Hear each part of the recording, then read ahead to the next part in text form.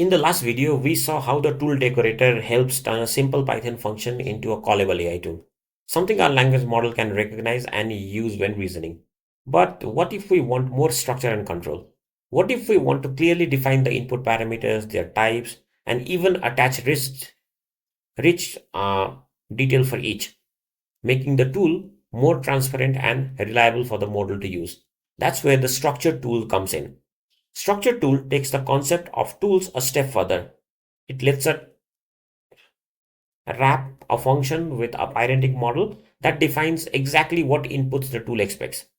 That means every parameter has a type, a detail, and validation rules, ensuring the LLM knows precisely how to use the tool.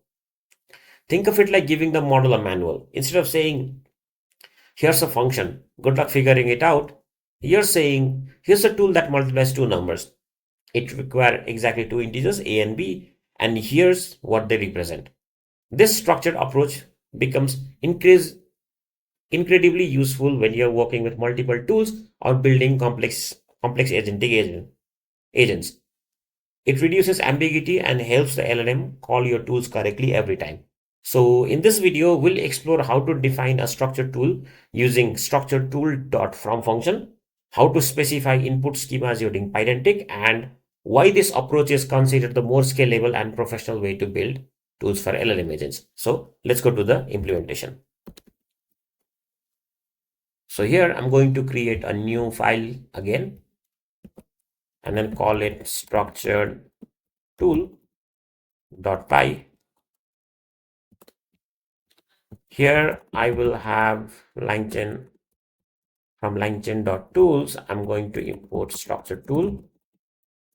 And then from Pydantic, I'm going to import base model and a field. Okay, so I'll first define my Pydantic class here. So multiply input. This will import base model here, and then I'll have two parameters. A, it will be an integer. I can write a field for this one, and then details of this particular field. So description equals to the first number to multiply. I'll also say this is a required value. So required equals to true. And then similarly, I'll have the second number here. Let me call this second number to multiply, and then write b here. Now, what I can do is I can define the multiply function. Multiply function, a will accept an integer, b will also accept an integer, and then we'll also return the integer. So I'll go return a into b. I'll define my multiply tool using the structured tool function dot from underscore function, and inside this I'm going to write my function name, which is multiply function. Then I'm going to provide a name to this, which is multiply. Then I'm going to write a doc string for this. So multiplies two numbers, and then provide the argument schema, and the argument schema is based on the Pydantic class that we have, which is a multiply input. Okay, now after this, what I can do is I can invoke this structure tool multiply underscore tool dot invoke. Then I can pass in the two values. Let's call a equal to 5 and b can be passed as 4. And from this, I can print out my result. And then run this again.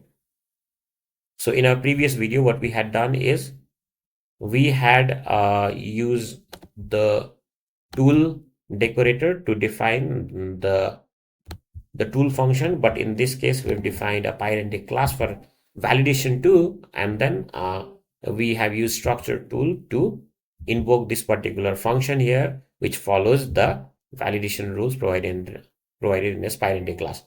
So I hope you understood the concept and then the major difference between tool and structured tool in LangChain. So I'm going to end the video now. I'll see you in the next video with some new content.